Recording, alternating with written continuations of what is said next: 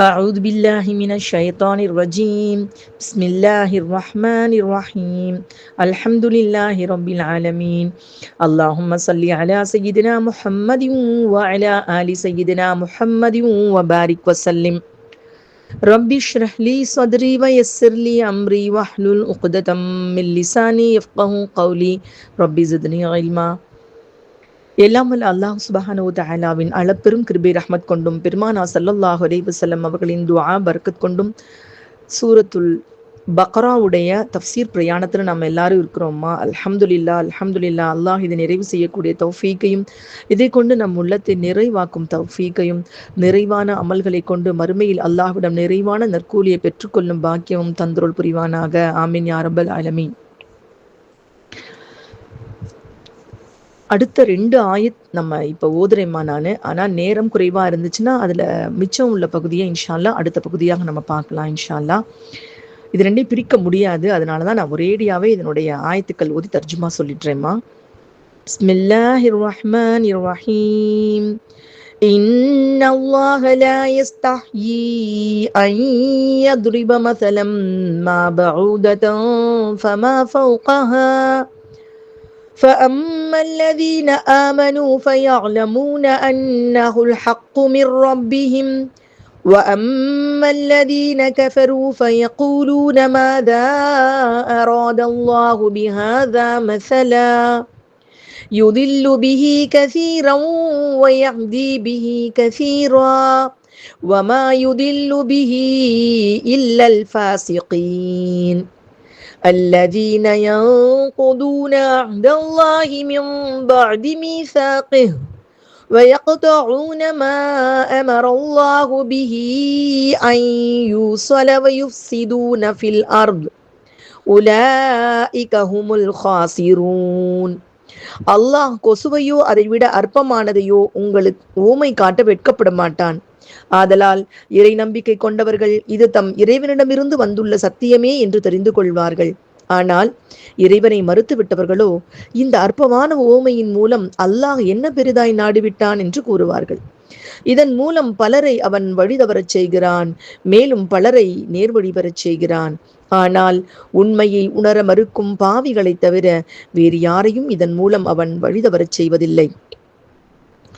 அவர் அல்லாஹ்வின் ஒப்பந்தத்தை உறுதிப்படுத்திய பின்னர் அதை முறித்து விடுவார்கள். எந்த உறவு முறையானது அரவணைக்கப்பட வேண்டும் என்று அல்லாஹ்வால் ஆணையிடப்பட்டுள்ளதோ அதை அவர்கள் அரவணைக்க மாட்டார்கள். மேலும் அவர்கள் பூமியில் குழப்பம் விளைவிப்பார்கள். இவர்கள்தான் இழப்புக்குரியவர்கள். அல்ஹம்துலில்லாஹ் அல்ஹம்துலில்லாஹ். அல்லாஹ் சுப்ஹானஹு தஆலா இதன் பற்றி ஆய்வு செய்த தஃப்சீர் ஆசிரியர்கள், இந்த தஃப்சீர்ங்கிறது ஒரு பெரிய கடல்மா. உதாரணமா குர்ஆனை பைன ஆசிரியர் சொல்லக்கூடிய அந்த விஷயம் மனசை கனக்க வைக்குதுமா. பொதுவா குர்ஆன் அப்படிங்கிறது 6666 ஆயத்துக்கு கொண்ட ஒரு கிதாப், வேதம், இறைவாக்கு. 1100 ஆண்டுகளாக புள்ளியோ சொல்லோ மாற்றப்படாமல் அப்படியே இருக்கிறது. ஒரு சவாலாகவே இது இருக்குமா. இந்த சவாலுக்கு பதில் சொல்றேங்கிற பேர்ல சில பேர் முயற்சியும் பண்ணி இருக்காங்க. ஆனா எல்லாமே கேலி கூத்தாதான் ஆயிருக்கு. இந்த 6666 ஆயத்துக்களுக்கு இந்த உலகத்துல எழுதின தஃப்சீர் விளக்க புத்தகங்கள் எத்தனை லைப்ரரிகளை நிறைச்சிருக்கு. அழிக்கப்பட்டது போக, அதாவது பல படையெடுப்புகளில் அழிக்கப்பட்டது போக எஞ்சி இருக்கக்கூடிய தஃப்சீர்கள் அல்ஹம்துலில்லாஹ் அல்ஹம்துலில்லாஹ் எத்தனை கோடி கோடி எத்தனை கோடி புத்தகங்களாக அல்ஹம்துலில்லாஹ் இந்த பெரும்பாலான லைப்ரரிகளை நிறைச்சிருக்குது. எத்தனை பிரதிகள். அல்லாஹு அக்பர் அல்லாஹு அக்பர். இது முறியடிக்கப்படவே முடியாத ஒரு சவால்மா. குர்ஆனை பொறுத்த வரைக்கும், அதாவது யார் வேணாலும் என்ன வேணாலும் எழுதலாம். அந்த இம்பாக்ட், அது மக்கள் மனதில் ஏற்படுத்துற பாதிப்பு இருக்கு பார்த்தீங்களா, சிந்தனை தூண்டல் இருக்கு பார்த்தீங்களா, அதை எது கொண்டு வர முடியும்?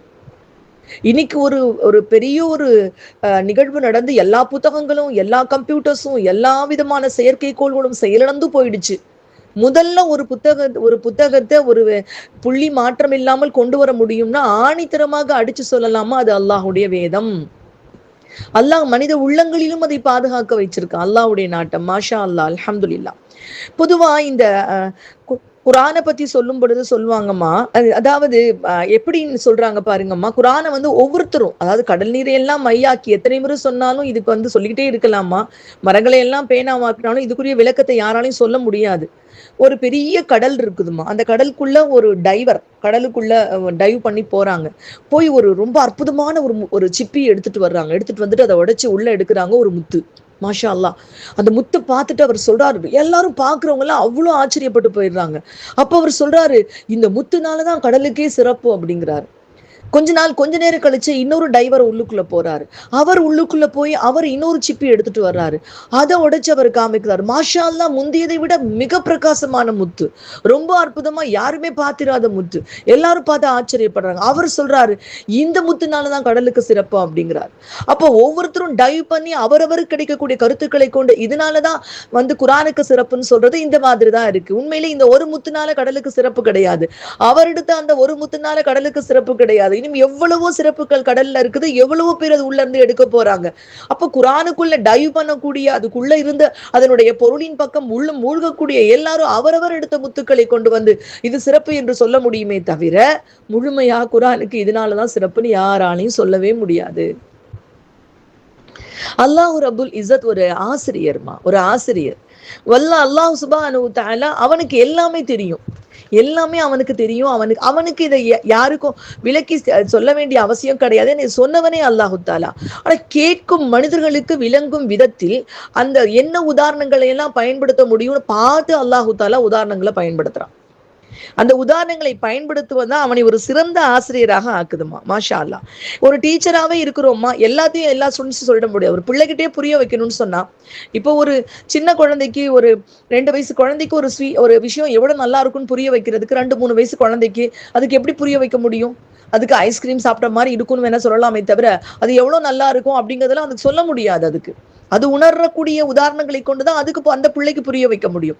அதுபோல மனித அறிவு எந்த உதாரணத்தை கொண்டு சொன்னால் புரிந்து கொள்ள முடியுமோ அந்த அளவுக்கு ரொம்ப சின்ன உதாரணங்களை கொண்டு கூட அல்லாஹு தாலா விஷயங்களை விளங்க வைக்கிறான்.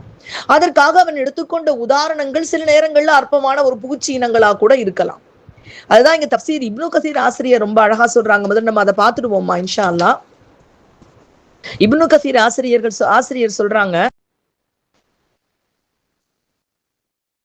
அத்தியாயம் 22 73வது வசனத்துல அல்லாஹ் சுப்ஹானஹு தஆலா ஒரு உதாரணத்தை சொல்லி காமிக்கிறான் பாருங்க. யா அய்யுஹன் நாஸு துரிப மஸலும் ஃபஸ்தமிஉ லஹு இன்னல் லதீன ததுஊன மின் தூனில்லாஹி லன் யக்லுகு துபாபன் வலவ் இஜ்தமஉ லஹு வ இன் யஸ்லுபுஹுமு ஸுபாபு ஷைஅன் லா யஸ்தன்கிதுஹு மின்ஹு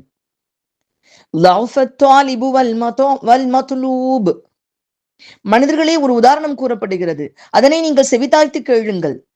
அல்லாஹ்வை அன்றி நிச்சயமாக எவர்களை நீங்கள் அழைக்கிறீர்களோ அவை ஒரு ஈயை கூட படைக்க முடியாது. அதற்காக அவை அனைத்தும் ஒன்று கூடினாலும் ஒரு ஈ அவற்றிடம் ஏதாவது ஒரு பொருளை பிடுங்கிக் கொண்டாலும் அதனிடமிருந்து அவை விடுவிக்கவும் முடியாது. அவற்றிடம் உதவி தேடுகிறவனும் தேடப்படுகிறவனும் பலவீனம் அடைந்தவர்களே. ஈய உதாரணம். அதே மாதிரி சூர அன்கபூத்லமா 41வது வசனத்துல அல்லாஹ் சொல்லி காமிக்கிறான், மஸலுல்லதீன தஹது மின் தூனில்லாஹி அவுலியாஅ கமஸலில் அன்கபூத் இத்தஹதத் பைத்தா வ இன்ன அவ்ஹனல் புயூதி லபைத்துல் அன்கபூத். அல்லாஹ்வை அன்றி வேறு தெய்வங்களை பாதுகாவலர்களாக ஆக்கி கொண்டவர்களுக்கு உதாரணம் ஒரு சிலந்தி பூச்சியை போன்றதாகும். அது தனக்காக ஒரு வீட்டை அமைத்துக் கொண்டது.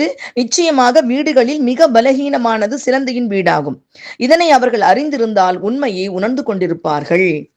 அப்ப அல்லாஹு தாலா இந்த மாதிரி சிலந்தி இது போன்ற உதாரணங்களை எல்லாம் சொல்லி மக்களுக்கு உண்மையை விளக்குவதற்காக அல்லாஹு தாலா நாடுறான். அல்லாஹ் சொல்றான், நான் தயங்க மாட்டேங்கிறான். நான் தயங்க மாட்டேன். இதை விட அற்பமான உதாரணத்தை கூட நான் சொல்ல தயங்க மாட்டேன். இதுக்குத்தான் அல்லாஹ் இந்த வசனத்தை அருளி இருக்கான். ஏன்னா இந்த மாதிரி உதாரணங்கள்லாம் சொல்லும் பொழுது மக்கள் என்ன சொன்னாங்க, வழிதவறி போனவங்க சொன்னாங்க, இதெல்லாம் சொல்லி இந்த மாதிரி எல்லாம் உதாரணம் சொல்லி என்ன பெருசா சொல்ல போறான்? ஏன்னா அவங்களுக்கு அதெல்லாம் அற்பமா தெரியுது. என்னது செலந்தி இது மாதிரி எல்லாம் சொல்லி என்ன பெருசா நாடுறான் அப்படின்னு சொல்லி கேட்ட பொழுது அதற்கு பதில் தரக்கூடிய வசனமாகத்தான் இந்த வசனம் இறங்கியது. அல்லாஹு தாலா இதை விட அற்பமானதையும் சொல்லி அல்லாஹு தாலா நமக்கு விளக்கம் சொல்வான் அப்படின்னு சொல்லிட்டு நம்ம எடுத்துக்கலாமா இந்த இடத்துல. இந்த இடத்துல தப்சீர் இப்னு கசீர் ஆசிரியர் சொல்றாங்க, நிச்சயமாக அல்லாஹு தஆலா ஒரு கொசுவையும் அல்லது அதைவிட அற்பமானதையும், அதைவிட மேல் ஃபௌகஹாங்கிற வார்த்தை வருதுமா, அதை விட மேலானதை கொண்டோ உதாரணமாக கூற அல்லாஹ் வெட்கப்பட மாட்டான். மனுஷனுக்கு உதாரணமா காட்டுவதற்கு. இந்த ஃபௌகஹா சாதாரணமா ஜென்ரலா பார்த்தா இது மேலானதுன்னு அர்த்தம் வரும். இதற்கு 2 விதமான கருத்துக்கள் சொல்றாங்கம்மா. அதாவது சாதாரணமாக நீ பொருள் கொண்டா அதை விட பெரியதுன்னு அர்த்தம் நம்ம சொல்லணும். உதாரணமாக எப்படின்னா கத்தாதா ரஹ்மத்துல்லாஹி அலைஹி அவங்க சொல்றாங்க, அதாவது இந்த இடத்துல வந்து கொசுவை விட அற்பமானது சிறியதுமான பொருள்னு தான் நீங்க அர்த்தம் எடுத்துக்கணும். என்ன காரணம்னு சொன்னா, ஒரு விஷயத்த சொல்லும் பொழுது என்ன சொல்லுவானா, இதை விட மேலா, அதாவது அவனை விட மேலான அற்பன் வேற யாரு இருக்கிறா அப்படின்னு சொல்லி கேட்டா அந்த இடத்துல என்ன அர்த்தம் நம்ம எடுத்துக்கணும், அவனை விட மட்டமானவே ஒருத்தன் இல்ல அப்படின்னு தான் நம்ம அர்த்தம் எடுத்துக்கொள்வோம். நம்ம அந்த மாதிரி விஷயத்துல இந்த சொல்லாக்கத்தை நம்ம கையாளணும். இங்க வந்து அதை விட மேலே அப்படிங்கிற பொருளை நம்ம இதை எடுத்துக்கொள்ள கூடாது. அதை விட சின்னது, ஒரு கொசுவை விட சின்னதை கூட நம்ம வந்து அந்த அற்பமானதை கூட அல்லாஹ் உதாரணமாக சொல்வான் அப்படின்னு சொல்லிதான் நம்ம இதுல எடுத்துக்கணும் அப்படின்னு சொல்றாங்க. ஒரு ஹதீஸும் இதுக்கு இதே மாதிரி ஒரு கொசுவை உதாரணமாக காட்டின ஒரு நபிமொழியும் நமக்கு இருக்குதுமா. அல்லாஹு தாலாவிடத்தில் இந்த உலகத்தினுடைய மதிப்பு ஒரு கொசுவுடைய இறக்கை அளவில் இல்லை, ஒரு ரெக்க அளவுக்கு இல்ல. அப்படி ஒரு ரெக்க அளவுக்காவது இந்த உலகத்தினுடைய மதிப்பு அல்லாவிடம் இருந்திருந்தால் தன்னை நிராகரிக்கக்கூடிய இறை மறுப்பாளனுக்கு குடிக்க அல்லாஹு தாலா ஒரு வாய் தண்ணீர் கூட கொடுத்திருக்க மாட்டான். மொத்த உலகத்துடைய மதிப்பு அல்லாட்ட ஒரு கொசுவுடைய ரெக்கை அளவுக்கு கூட இல்லை. இப்படி அல்லாஹு தாலா பல இடங்கள்ல உவமைகளை கூறி மனிதர்களுக்கு உண்மையை விளங்க வைக்கிறாம்மா. மாஷா அல்லா. இப்போ யார் வந்து இந்த தேடலோட இறை நம்பிக்கையோட போறாங்களோ அவங்க கிட்ட பதில் என்னவா இருக்கும்னா, ஹக்கு, இது உண்மைதான், நாங்க நம்புறோம் அப்படின்னு சொல்லுவாங்க.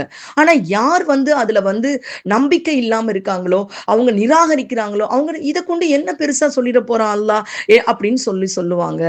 அல்லாஹு தஆலா சொல்றான், இதை கொண்டு யாருக்கு உள்ளத்துல நேர்வழி இருக்குதோ அவர்கள் இதுல உண்மையை புரிஞ்சு கொள்வாங்க. இதன் மூலமே அல்லாஹு தஆலா வழி தவறும் செய்கிறான், வழி தவறவும் வைக்கிறான். அதாவது சூரத்துல் முத்தஸிர்ல அல்லாஹ் சுப்ஹானஹு வ தஆலா 31வது ஆயத்துல சொல்லி காமிக்கிறான் பாருங்கம்மா.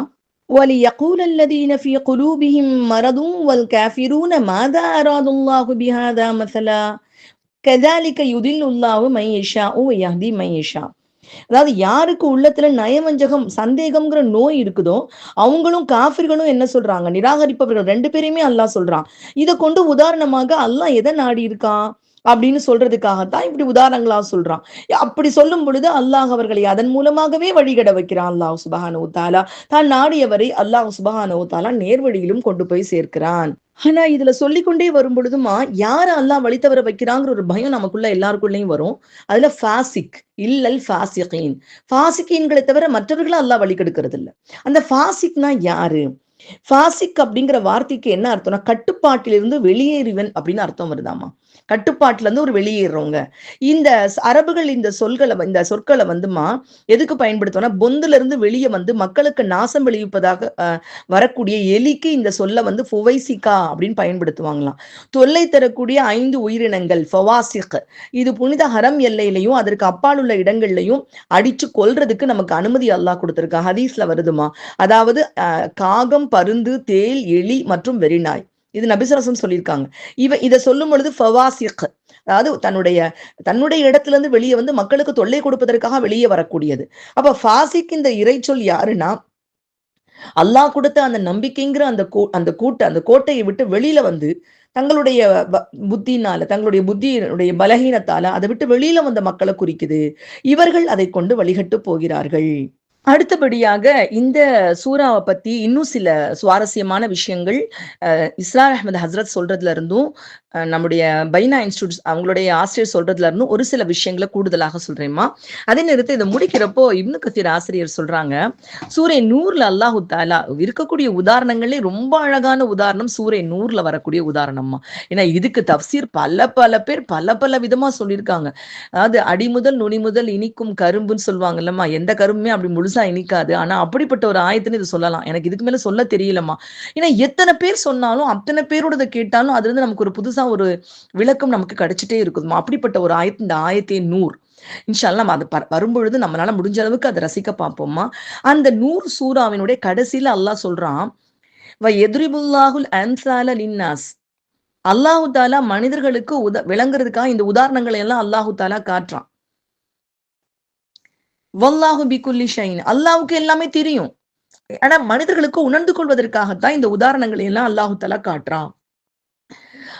எதிரிபுல்லாஹுல் அம்சால நின்னாஸ், அல்லாஹ் எல்லாம் அறிந்தவனாக இருந்தும் மனிதர்கள் விளங்கிக் கொள்வதற்காக இப்படிப்பட்ட உதாரணங்களை அல்லாஹு தஆலா காட்டுகிறான். ஆனா இத சொல்லும் பொழுதுமா ஒரு பயம் வருமா கேட்கிறவங்களுக்கு. 29வது அத்தியாயத்துல 43வது வசனத்துல அல்லாஹ் சொல்லி காமிக்கிறாமா, வசில்கல் அம்சாலு நத்ரிபுஹா லின்னாஸி வமா யஅகிலுஹா இல்லல் ஆலிமூன். இந்த உதாரணங்கள் மனிதர்களுக்காக, இவற்றை நாம் சொல்லி காட்டுகிறோம், அறிவாளிகளை தவிர மற்றவர் இவற்றை விளங்க மாட்டார்கள். இப்னு கசீர் ஆசிரியர் ஒரு கருத்தை பதிவு செய்யறாங்கம்மா, முன்னோர்கள் அப்படின்னு அவங்க சொல்லியே பதிவு செய்யறாங்க. இந்த ஆயத்தை சொல்லி ஒரு உதாரணத்தை சொல்லும் பொழுது அவங்களுக்கு அந்த உண்மை விலையில என்ன விளங்கலைன்னா அழ ஆரம்பிச்சிருவாங்களாம். அதுல இருந்து உண்மை விளங்காம அவங்க மனசு தவிக்கும் பொழுது அழுவாங்களாம். அப்ப அறிவாளிகளை தவிர யாரும் உணர மாட்டாங்கன்னு சொல்லி அல்லாஹ் சொல்லியிருக்கானே, எனக்கு அறிவு இல்லையா, நான் மடையனா ஆயிட்டனோ அப்படின்னு சொல்லிட்டு அவங்க அவ்வளவு அழுவாங்களாம். அல்லாஹ் எனக்கு அந்த அறிவை கொடுன்னு அல்லாட்ட கேட்க ஆரம்பிச்சிடுவாங்க. அப்போ இந்த ஒவ்வொரு உதாரணம் சொல்லும் பொழுதும் அதை விளங்கி கொள்ள வேண்டும்ங்கிற தவிப்பு ஒரு ஒரு அடியானுக்கு இருக்கணும். மாஷா அல்லாஹ் இந்த இடத்துல வந்து பைனான் ஆசிரியர் சொல்லக்கூடிய அழகான சில கருத்துக்களை நான் அவங்களோட பகிர்ந்து கொள்றேம்மா. அவங்க சொல்றாங்க, இந்த பௌதத் அப்படிங்கிற வார்த்தை இருக்குல்லமா, ஒரு கொசுவை விட பௌதத்தன், கொசு அப்படின்னு சொல்றது. இந்த பௌதத்துங்கிறது பௌத் சில அப்படின்னு சொல்லலாம். அல்லாஹ் வந்து வெறும் கொசுன்னு அர்த்தம். ஏதேனும் ஒரு பௌதத்து மா அப்படின்னா என்ன அர்த்தம்னா, இந்த மா அப்படிங்கிறதுக்கு எனி ஏதாவது, அதேதான் நம்முடைய இஸ்ரார் அஹமது ஹசரத்தும் அதான் சொல்றாங்க. ஏதாவது ஒண்ணு, ஏதாவது ஒரு உதாரணத்தை சொல்லி கூட அல்லாஹ் சுப்ஹானஹு வ தஆலா உண்மையை நமக்கு விளக்கலாம். ஆச்சினி கிதாபம்மா, ஏதாவது ஒரு புக் எனக்கு கொடு. சாதாரண பேச்சு வழக்குல சொல்லுவாங்களாம், கிதாபம்மானா எனி புக், ஏதாவது ஒரு புக் எனக்கு கொடு அப்படின்னு சொல்லிட்டு கேட்பாங்க. அந்த மாக்கு அதான் அர்த்தமா. அப்ப ஏதாவது ஒரு உதாரணத்தை அல்லாஹ் சொல்லுவான். ஆனா சொல்லக்கூடிய உதாரணம் எப்படி இருக்கும், ஹக் இருக்கும், அதை எல்லாராலையும் உணர்ந்து கொள்ள முடியாது. ஹக்குங்கிறதுக்கு உண்மைன்னு ஒரு அர்த்தம் இருக்குமா, இன்னொரு அர்த்தம் பர்பஸ், அதாவது அதனுடைய வமா ஹலக்ன சமாவாதி வல் அர்த வமா பைனஹுமா இல்லா பில் ஹக், மா ஹலக்ன சமாவாதி வல் அர்த வமா பைனஹுமா இல்லா பில் ஹக். அது வானங்களையும் பூமியும் அது கடலில் இருக்க எதையும் ஒரு பர்பஸ் இல்லாம அல்லாஹ் படைக்கல, ஒரு நோக்கம் இல்லாம அல்லாஹ் படைக்கல. எதையுமே இது எதுக்கு அல்லாஹ் படைச்சிருக்கான் அப்படின்னு நம்ம கேட்கிற அளவுக்கு எதையுமே அல்லாஹ் படைக்கலாமா, எல்லாவற்றுக்கும் நோக்கம் இருக்குது, ஹக். அப்ப ஹக் அப்படிங்கிற வார்த்தைக்கு நிறைய அர்த்தங்கள் இருக்குமா. உண்மைன்னு ஒரு அர்த்தம் இருக்கு, அதாவது மரணம்ங்கிற ஒரு அர்த்தம் இருக்கு. அதே மாதிரி ஹக் அப்படிங்கிறதுக்கு நோக்கம்ங்கிற அர்த்தம் இருக்கு, நோக்கம் பில் ஹக், அதாவது நோக்கம். அல்லாஹ் வந்து ஏதோ ஒரு நோக்கத்தோட தான் சொல்லியிருக்கான். அப்ப எந்த ஒரு உதாரணம் சொல்லப்பட்டாலும் அதற்குன்னு ஒரு நோக்கம் இருக்கு அப்படிங்கறத நம்ம உணர்ந்து கொள்ளணுமா. அதே மாதிரி அந்த இடத்துல சொல்லும் பொழுதுமா, அம்மல்லதீன ஆமனு ஃபயஅலமூன அன்னஹுல் ஹக்கு மிர் ரப்பிஹிம், அதுல மினல்லாஹ்னு சொல்லாம மிர் ரப்பிஹிம்ங்கிற வார்த்தையை அல்லாஹ் சொல்லி இருக்கிறதுனால இத வந்து இதுல இருந்து ஒரு அழகான ஒரு உண்மையை வந்து சொல்றாங்க. அதாவது இந்த உதாரணம் வந்து ரப்பு கிட்ட இருந்து வந்திருக்குன்னு அல்லாஹ் ஏன் சொல்றானா, குர்ஆனை அணுகும் பொழுது ஒரு அடியானுடைய நிலைமை வந்து ஒரு அடிமையான ரப், என்னுடைய எஜமான் கிட்ட இருந்து எனக்கு ஒரு ஆர்டர், எனக்கு ஒரு உத்தரவு வந்திருக்கு, எனக்கு ஒரு அறிவுரை வந்திருக்கு. அப்போ ஒரு ஸ்டூடெண்ட் வந்து கேட்கறதுக்கும் ஒரு அடிமை கேட்கறதுக்கும் வித்தியாசம் இருக்குமா. ஆஸ் அ டீச்சர் நானே சொல்வேன், ஸ்டூடெண்ட்ஸ்க்கு பாடம் நடத்திட்டு இருக்கும் பொழுது சில பேர் கவனம் எங்கேயோ போகும். அப்போ இன்னைக்கே இவ்வளவு கூட நடத்துறாங்க அப்படின்னு நினைக்கும், சரி இன்னைக்கு லீவ் விட்டுருக்கலாமே, அதாவது சிந்தனைகள் அங்க இங்கன்னு போயிட்டு இருக்கோம், அப்படியே அலைப்பாஞ்சிட்டு இருக்கோம். சில பேர் கவனிப்பாங்க, சில பேருக்கு என்ன சொன்னேன்னு தெரியுதான்னு கேட்டா அவங்களுக்கு பதிலே சொல்ல தெரியாது, சில பேர் கவனமா கேட்பாங்க. ஆனா வந்து அடிமை அப்படி இருக்க முடியாது. ஏன்னா அவருக்கு எஜமானன் சொல்லக்கூடிய கட்டளை அவன் சரியா கேட்கலன்னா அதுக்கான பனிஷ்மெண்ட் கிடைக்கும், அதுக்கான சேலரி கட் ஆகும் அவனுக்கு. அது அப்போ அவன் ரொம்ப கவனமா அதை கேட்டாகணும், இதுல ஏதாவது நம்ம விட்டுறக்கூடாது அப்படின்ட்டு. அப்ப ரப்பு கிட்ட இருந்து ஒரு சொல் வரும் பொழுது நம்ம அபுதாக அதை கேட்க ஆரம்பிச்சிடணும், ஒரு அடிமையை போல நம்ம அதை கேட்கணும். மிர் ரப்பிஹி அப்படின்னு வந்திருக்கு, மாஷா அல்லாஹ், அல்ஹம்துலில்லாஹ். அதே மாதிரி சொல்றாங்கம்மா, இந்த நிலைமை யாருக்கு, அந்த உண்மையை அவங்களுக்கு சொல்றாங்க, அல்லாஹ் வந்து வழிதவற செய்து விடுகிறான் இல்லல் ஃபாசிகீன். அதாவது முந்தி இருக்கக்கூடிய நிலைமைகளை யோசிச்சு பார்க்கணும். நம்ம முன்னாடி அல்லாஹ் ஹதமல்லாஹு அலா குலூபிஹிம் வ அலா சம்இஹிம் சொல்றப்பவே சொன்னோம், அல்லாஹ் முத்திரையிட்டு விட்டான். அதே மாதிரி தஹபல்லாஹு பினூரிஹிம், அல்லாஹ் அவர்களுக்கு ஒளியை அணைத்து விட்டான். அந்த தப்சீர் உங்களுக்கு நினைவுல இருக்குன்னு நினைக்கிறேம்மா. அதெல்லாம் அதாவது திரும்பி வர முடியாத அளவுக்கு போடப்படக்கூடிய முத்திரைகள், அது முழுசா முடிஞ்சு போச்சு. இது அப்படி இல்லை, அதை விட குறைவுதான். பட் ஆனா இதுலயும் பாவம் எதனால அல்லாஹ் செய்யறான், இது ஆரம்பிக்குதுங்கிறது இந்த ஆயத்தை விளங்கி கொள்ள முடியும் தப்சீர் ஆசிரியர்கள் சொல்றாங்க. ஏன்னா அவர்கள் மறுக்கிறார்கள், அதை சொல்லும் பொழுதே சொல்றாங்கம்மா, அந்த உதாரணத்தை அவங்க யோசிக்க கூட மாட்டாங்களாம். அப்ப உதாரணம் அதுக்கு அவங்க ஆசிரியர் அழகா சொல்றாங்க, அந்த உதாரணத்தை படிச்சோன்னே இது என்ன உதாரணம்னு கேட்க மாட்டாங்களாம். அது சொல்ற பிஹாதல் மசல், இந்த உதாரணத்தை கொண்டு அப்படி சொல்ற கூட பிஹாதா மசலா, அற்பமா, ரொம்ப லேசா, அது சொல்லும் பொழுதே அவங்க சொல்லக்கூடிய விஷயம் விதத்திலேயே அந்த உதாரணத்தையும் அவங்க ரொம்ப மட்டமா நினைக்கிறாங்க. இதுல இருந்து என்ன சொல்ல போறாங்க அப்படிங்கிற மாதிரி அவங்களுடைய எண்ணம் இருக்கும். பிஹாசல் மசல்னு சொல்லாம பிஹாசா மசலான்னு சொல்றதுலயே அந்த காஃபிர்களுடைய அதை எடுத்துக்கொள்ளக்கூடிய எவ்வளவு அலட்சியப்படுத்துறாங்க அதுங்கிறது விளங்குது அப்படிங்கிறாங்க. அதாவது வாட் இஸ் திஸ் எக்ஸாம்பிள், இது என்ன உதாரணம்னு கேட்காம இதை கொண்டு என்னத்தை சொல்ல போறான் Allah, what is the point of this as an example, ஒரு உதாரணத்தை இதை சொல்றதை கொண்டு என்ன பெருசா எங்களுக்கு அல்லாஹ் சொல்லிட போறான் அப்படின்னு அதை அணுகக்கூடிய முறையிலேயே அலட்சியம் இருக்கும். அது அந்த அலட்சியத்தினாலதான் அல்லாஹு தஆலா யுதில்லு பிஹி, அவர்களை அதை கொண்டு வழிதவர செய்து விடுகிறான். அந்த ஃபாசிக் ஃபிஸ்க் இருக்கு பாத்தீங்களாமா, இதுக்கு வந்து இப்னு கசீர் ஆசிரியர் சொல்றாங்க, நம்ம ஏற்கனவே பார்த்த நம்முடைய அதாவது அந்த இடத்தை விட்டு வெளியேறி போய் விட்டவர்கள், இதுக்கு சொல்றாங்க ஷைத்தான் வந்து வெளியேறிட்டான். அல்லாஹ் சுப்ஹானஹு வ தஆலாவுடைய கட்டளை எப்ப புறக்கணிச்சானோ ஜின் இனத்துல சேர்ந்த அவன் வந்து வெளியேறிட்டான். அம்ரி ரப்பிஹின் குரான்ல வருதுமா சூரே ஃபசக. அப்ப அந்த அல்லாஹ்வுடைய அந்த ஆணையை விட்டு அவன் வந்து என்ன பண்ணிட்டான், அந்த அருளை விட்டு அவன் வெளியேறி வந்துட்டான். இப்படி வெளியேறி வரக்கூடியவங்களும் குறிக்கும். இன்னொன்னு சொல்றாங்க ஃபசக அப்படின்னு சொன்னா என்ன அர்த்தம்னாமா, இந்த ஆப்பிள் இதெல்லாம் இருக்கு பாத்தீங்களாமா, நம்ம ஏற்கனவே பார்த்தோம். இதுக்கு தஃப்சீருக்கு ஆசிரியர் ரொம்ப அழகா சொன்னாங்க. பொந்துக்குள்ள இருந்து வெளிவந்து தீமையை விளைவிக்கக்கூடிய அந்த அதை இனத்தை போல அந்த மக்கள் மாறிடுறாங்க. இந்த ஃபசகங்கிறதுக்கு என்ன சொல்றாங்க, இந்த ஆப்பிள் இது மாதிரி பழம் பார்க்க வெளியே நல்லா இருக்கும், உள்ளுக்குள்ள அழுகி போயிருக்கும். அந்த உள்ளுக்குள்ள அழுகி போய் கடைசியில உள்ள இருந்து வெளியில வரும். அது அழுகி போய் வெளியில வரும். அப்போ உள்ளுக்குள்ள இருந்து அழுகி வெளியே வரக்கூடியது. அந்த உள்ளுக்குள்ள அவங்களுடைய உள்ளம் வந்து நோய் இருக்கிறதுனால எதையுமே உள்ள கொண்டு போக முடியாம அழுகி போன நிலையில இருக்குது. அப்போ அது எப்படிமா அதை ஏத்துக்கொள்ள முடியும்? அவங்க ஏத்துக்கொள்ள தயாராக மாட்டேங்கிறாங்க. தயாராக இருக்க இருக்க அல்லாஹ் அவங்க யுதில்லு பிஹி, அல்லாஹ் வந்து வழிதவர செய்கிறான். அவருடைய உள்ளம் ஃபாசிக்ல மாறிடுது, ஃபிஸ்க்ல அவங்க வந்து ஃபசக, அவருடைய உள்ளம் வந்து நோய்வாய்ப்பட்டு அழுக ஆரம்பிச்சிடுது. அந்த உள்ளம், அதாவது பழத்தை உதாரணமா காமிக்கிறாங்க. வெளியே பார்க்க நல்லா இருக்க மாதிரி இருக்கு, அப்படியே உள்ளுக்குள்ள கொஞ்ச நாள் கழிச்சுதான் அது அப்படியே உள்ளுக்குள்ள இருந்து அப்படியே குழஞ்சு போய் அது கொலன்னு வெளியே வருது பாத்தீங்களா. அந்த மாதிரி உள்ளுக்குள்ள அழுகிய பழங்கள் தான் இந்த ஃபாசிகின். அப்போ வெளியே பார்க்கறது நல்ல இந்த ஃபிஸ்க். அல்லாஹு தாலா அந்த ஃபாசிக் தன்மையை விட்டு நம்ம அனைவரையும் பாதுகாக்கணும். மஃபியமானில்லா தவக்கல்தல்லாம். இது சின்ன லெவலையும் குறிக்குமா, பெரிய லெவலையும் குறிக்குமா? ஹை லெவல்ல தவறு செய்யக்கூடியவங்களும் இந்த வார்த்தையை கொண்டு சொல்லலாமா? சின்ன லெவல்ல தவறு செய்யக்கூடிய மக்களையும் அது லேசாக ஆரம்பிக்கக்கூடிய சூழ்நிலை இருக்கக்கூடிய மக்களையும் இது குறிக்கும். அதனால இந்த ஃபாசிகீன்களுக்கு நிச்சயமாக இது அதை கொண்டே அல்லாஹ் வழிதவர செய்து விடுகிறான். அல்லாஹ் நம்மளை பாதுகாக்கணுமா. இப்போ அந்த ஃபாசிகீன்கள் எப்படிப்பட்டவர்கள் அப்படின்னு அல்லாஹு தாலா அடுத்து விளக்குறான். நேரம் ஆயிட்டதுனால இது அடுத்த பகுதியா நம்ம பார்க்கலாமா. 2 ஆயத்து ஒன்னா தொடர்புடைய ஆயத்துக்கள் தான். ஆனா இது வந்து இன்னும் நிறைய மனதை வந்து கனக்க செய்யக்கூடிய விஷயங்கள் இதுல இருக்குமா. சஹாபாக்கள் வந்து நபி ஸல்லல்லாஹு அலைஹி வஸல்லம் அவர்களிடமிருந்து இந்த குர்ஆன் ஆயத்துக்களை கேட்கும் பொழுது எப்படி ஆயிடுவாங்களாம், ஒரு விஷயத்தை கேட்டுருவாங்களாம். கேட்ட உடனே நனைக்கப்பட்ட பஞ்சாக ஆயிடுவாங்களாம். பஞ்சு வந்து முதல்ல வெள்ளை கலரா இருக்குமா, தண்ணியில் நினைச்சிட்டா அது நிறம் மாறி போயிடும். தன்னுடைய நிறத்தை வெளிப்படுத்தாது, அப்படியே ஒரு நிறம் மாறிய ஸ்டேஜ்ல இருக்கும். அது முழுக்க காஞ்சாதான் அது நிறம் வெளியாகும். அது மாதிரி குர்ஆனுடைய ஆயத்தை தங்கள் உள்ளத்துக்குள் ஏற்றுக்கொண்டவுடன் அவர்கள் தான் என்ற நிலையை மறந்துவிட்டு அந்த குர்ஆன் ஆயத்தாகவே வாழ தொடங்க முயற்சி செய்வார்கள். அது தனக்குள்ளாக முழுமையாக வந்த பிறகு அல்லாஹ்விடம் மறுபடியும் அந்த ஆயத்தை செவியேற்றார், அல்லாஹ் ரசூல் மறுபடியும் வரக்கூடிய ஆயத்தை செவியேற்பார்கள். அந்த மனசை அப்படி பக்குவப்படுத்துவாங்களாம். அல்ஹம்துலில்லாஹ். அல்லாஹ் சுப்ஹான் நம்முடைய மனதுக்கும் அந்த பக்குவத்தை கொடுக்கணுமா இன்ஷா அல்லாஹ்.